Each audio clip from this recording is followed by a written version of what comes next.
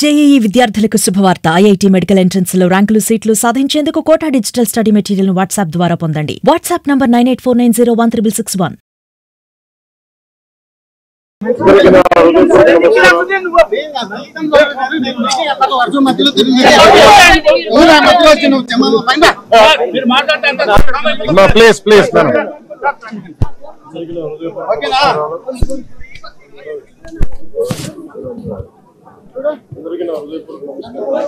కొంచెం loud sir. April 22న 27 మంది నాయకుల్ని ఉగ్రవాదులు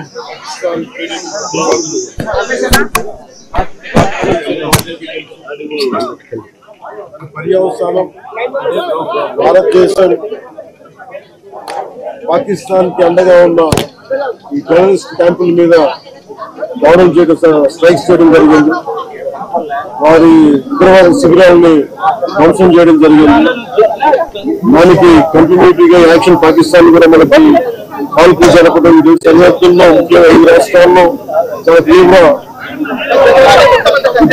చాలా ఉద్యోగంతో కూడిన పరిస్థితులు. ఆ క్రమంలో మన ఆంధ్రప్రదేశ్ కు సంబంధించిన మురళీ నాయక్ కూడా అగ్నివీరుగా 2 సంవత్సరాలు 22లో పెట్టి తల్లిదండ్రులతో మాట్లాడుతూ ఉంటే ఒకటే చెప్పాను, నేను దేశం కోసమే పుట్టాను, దేశం కోసమే చనిపోతాను అనేది పదే చెప్తా ఉన్నాడు. ఎందుకునైనా మనకి ఉద్యోగాలు అంటున్నా కానీ నేనమ్మా నాకు రైల్వే ఉద్యోగం వచ్చిన రైల్వే ఉద్యోగానికి రాలేదు, కేవలం దేశం కోసం పనిచేస్తాను, నేను దేశం కోసం చచ్చిపోతాను అన్న పవిత్రత వ్యక్తి. కానీ దురదృష్టవశాత్తు చాలా చిన్న వయసులో 23 ఏళ్ల వయసులో తన ప్రాణాలని కోల్పోవాల్సి వచ్చింది. పదే మొన్న కూడా ఏం చెప్పారంటే, నిజంగా ఉగ్రవాదుల తోటాలు కానీ సరిహద్దుల యుద్ధాలు కనుక జరిగితే దాని పర్యావసనం, దాని ప్రాణాలు మొత్తం సమస్త భారత్లోనే కనిపిస్తూనే ఉంటాయి, దాని ఎక్కువ అవుతూనే ఉంటాయి. దానికి ఒక బలమైన ఉదాహరణ మురళీ నాయక్ గారి మరణం. చాలా బాధ కలిగించింది. 23 ఏళ్ళ చిన్న వయసు. మనం ఎవరు భారతదేశంలో ఎవరు యుద్ధం కావాలని కోరుకోలేదు, ఎప్పుడు మన పరాయి దేశాల మీద యుద్ధం చేయలేదు. మనల్ని సంరక్షించుకోవడంలో మన యుద్ధం చేయని పరిస్థితులు, తప్పని పరిస్థితులు. అలాంటి పరిస్థితుల్లో దీనికి మొదటిది కారణం పాకిస్తాన్ జనరల్, ఆర్మీ జనరల్ కూర్చోబెట్టి రెచ్చగొట్టి ఒక వారం ముందు, ఏప్రిల్ 22 ఒక వారం ముందు రెచ్చగొట్టి ఉగ్రవాదుల్ని ప్రేరేపించి అమాయకులైన మనుషులను చంపించేసి దానికి పర్యవసానమే. ఉదయం 47లో వాళ్ళు విడిపోయారు, వాళ్ళకి దాహం తీరల. 4 యుద్ధాలు చేశారు ఇప్పుడు దాహం తీరల. ఇప్పటికి అమాయకులు పట్టం పెట్టుకుంటా ఉన్నారు.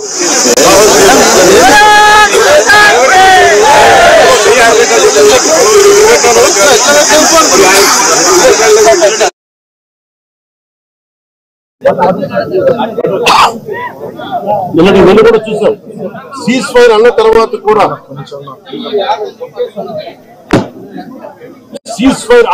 కూడా సీజ్ ఫైర్ ని వైలేట్ చేసిన ప్రభుత్వం. అక్కడ నిజంగా చెప్పాలంటే ఒక బెనానా రిపబ్లిక్. దానికి ఎవరు మాస్టర్స్ తెలియదు పాకిస్తాన్. వాళ్ళు చేసే అరాచకాలు, వాళ్ళు చేసే మనకి స్పాన్సర్డ్ టెర్రరిజం ఇండియాకు ఒక ఇబ్బందిగా తయారయ్యింది. ఇది మన బాంబే, ముంబై దాడులు కావచ్చు, కశ్మీర్ లో ఎథ్నిక్ క్లిన్సింగ్ కావచ్చు, కోయంబత్తూర్ దాడులు కావచ్చు, పేలుళ్లు కావచ్చు, జామా మస్జిద్ పేలుళ్లు కావచ్చు, గతంలో జరిగిన మనకి గోకుల్ చాట్ పేలుళ్లు కావచ్చు,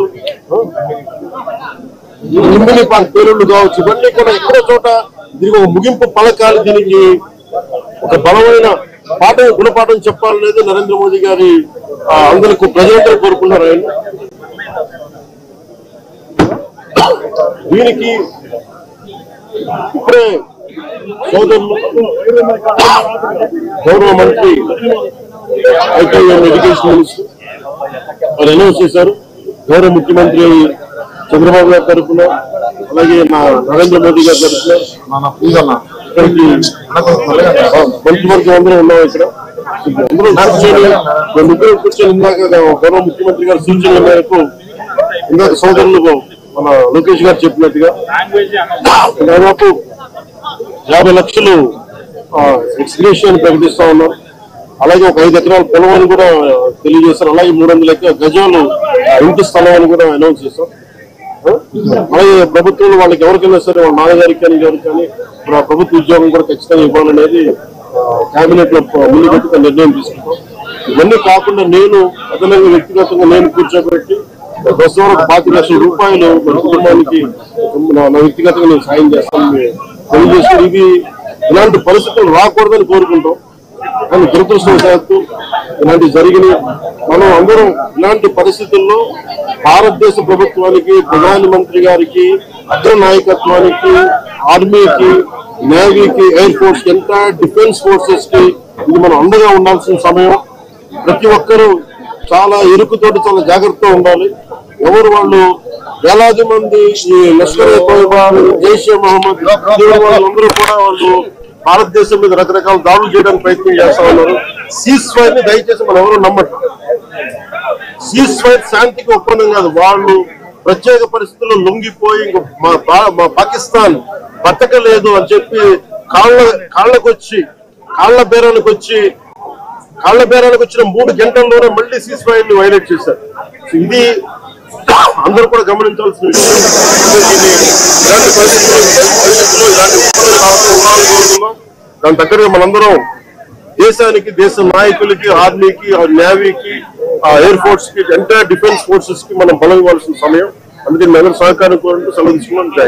నాయక్ పవన్ కళ్యాణ్ గారి వీరాభిమాని, చిన్నప్పటి నుంచి వారిని కలవాలని తాతాలు ఆడుతూ వచ్చారు. అటువంటిది ఇవాళ పవన్ కళ్యాణ్ గారిని ఇక్కడ రప్పించుకున్నారు. దురదృష్టకరమైన విషయం ఏంటంటే చాలా నేను ఇక్కడికి రాగానే నాకు చెప్పాను, చూసి చాలా బాగా అనిపించింది. అతను ఇష్టపడచ్చు కానీ దేశానికి అందరికంటే కూడా దేశాన్ని ప్రేమించే వ్యక్తి. అలాంటి వ్యక్తిని కోల్పోవడం నిజంగా చాలా అందరికీ కూడా లోకేష్ గారికి కానీ మా మంత్రి గారికి కానీ ప్రతి ఒక్కరికి చాలా చాలా బాధ కలిగిస్తాం. ఆత్మకి శాంతి చేకూరాలని, వారి కుటుంబ సభ్యులకు నా ప్రగాఢ సానుభూతిని తెలియజేయాలని, భగవంతుడు వారికి బలం ఇవ్వాలి. ఈ పుత్ర శోకానికి ఒకే ఒక కొడుకు, ఇంకెవ్వరు లేరు, ఒక్కటే ఒక కొడుకు. ఒక్క కొడుకుని కూడా చిన్న 23 ఏళ్ళు కూడా 25 ఏళ్ళు కూడా లేదు, 23 ఏళ్ళ వయసులో చనిపోయారు దేశం కోసం. చాలా చాలా చాలా బాధగా ఉంది. కుటుంబానికి అండగా ఉంటామని దేశ సహాయం కాకుండా మా 3 పార్టీల నుంచి కూడా వారికి ఏ సహాయం కావాలో మా నాయకులు ఇప్పుడు అందుబాటులో ఉంటారు. మా గౌరవ మంత్రివర్గ సహచరులు ఉన్నారు, ఎమ్మెల్యేస్ ఉన్నారు, అన్ని పార్టీస్ అందరూ వారికి అండగా ఉంటామని తెలియజేస్తూ జై.